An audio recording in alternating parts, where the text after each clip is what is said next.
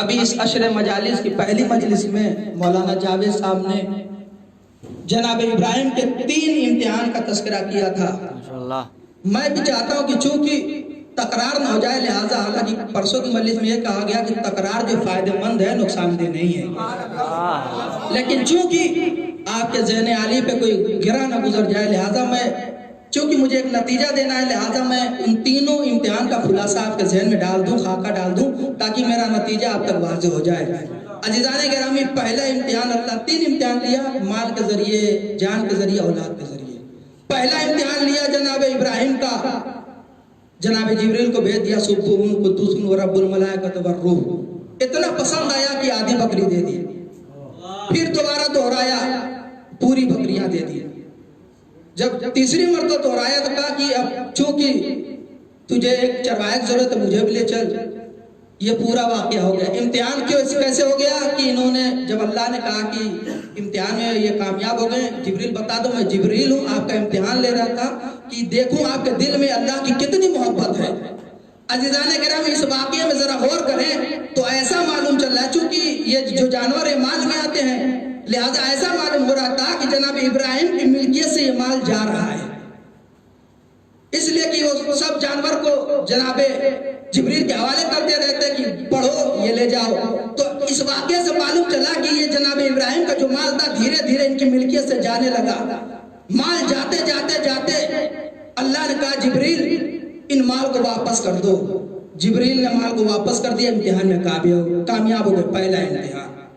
دوسرا امتحان عزیزان گرامی، جان کے ذریعے. ابھی کل کی مجلس میں ہم نے سنا کہ اتنے خداؤں کو مارا، سب کو توڑ تاڑ کے رکھ دیا. جو بڑا والا خدا تھا اس کی گردن میں کلاڑی لٹکا دی. جب پتا چلا نمرود کو کس نے توڑا تو لوگوں نے کہا ایک جوان ہے جو بہت پریشان کرتا ہے ان خداؤں کو، لہذا وہی کیا ہوگا. الغرض بات پھیل نہ جائے. عزیزان گرامی، جناب ابراہیم کو منجنیق میں باندھا گیا. روایت کہتی ہے کہ اتنی بھیانک آگ لگائی گئی تھی کہ جو نمرود کا محل تھا اس کے اوپر تک آگ کی لپٹیں جا رہی تھی. عزیزو، جناب ابراہیم کو پھینکا گیا. ہر انسان کے دل میں یہ تھا کہ اب جناب ابراہیم جل جائیں گے، اب جناب ابراہیم جل جائیں گے، اب جناب ابراہیم جل جائیں گے. لیکن اللہ نے حکم دیا یا نارو کونی بردم و سلام علی ابراہیم. آگ ٹھنڈی ہو گئی. اس واقعے میں بھی یہ پتا چلا کہ ابراہیم کی جان جاتے جاتے بچ گئی. تیسرا امتحان اولاد کے ذریعے. پوری باتوں کو چھوڑتے ہوئے مینا کے میدان میں لائے، خنجر اٹھایا، چلانا چاہتے چھوٹ گیا. دوبارہ اٹھایا، چلانا چاہتے چھوٹ گیا. دیوارہ اپنے آنکھوں پہ پٹی باندھی. اب باندھنے کے بعد چھری چلانا چاہتے ہیں. اب باپ کے دل میں یہ ہوتا تو ضرور ہوگا کہ اب جو ہے میرا بیٹا ذبح ہو جائے گا، اب اسماعیل قربان ہو جائیں گے، اب اسماعیل ذبح ہو جائیں گے. لیکن اللہ نے دمبے کو بھیج کر اسماعیل کی جان بچا دی. عزیزان گرامی، میں اس واقعے کو اس لیے پڑھ رہا ہوں کہ اسی واقعے کے ذریعے سے عزاداری اور کربلا پہ اشکال کیا جاتا ہے. اشکال یہ ہے کہ پہلے امتحان میں ابراہیم کی دولت جاتے جاتے بچ گئی. دوسرے امتحان میں ابراہیم کی جان جاتے جاتے بچ گئی. تیسرے امتحان میں ابراہیم کی اولاد جاتے جاتے بچ گئی. اللہ نے اس لیے بچایا کہ یہ خلیل تھے اللہ کے. اگر حسین بھی اللہ کے نزدیک محبوب ہوتے تو اگر اکبر کی قربانی پیش کر رہے ہیں تو اللہ قبول کر کے واپس کر دیتا. اصغر کی قربانی پیش کی تو اللہ واپس کر دیتا. عزیزان گرامی، اشکال تو بہت خطرناک ہے، لیکن اس اشکال کو میں ایک مثال کے ذریعے واضح کر دینا چاہتا ہوں. میرے سامنے کچھ افراد ایسے جو صاحب اولاد ہیں. ایک بچہ 2 سال کا ہے، ایک بچہ 18 یا 19 سال کا.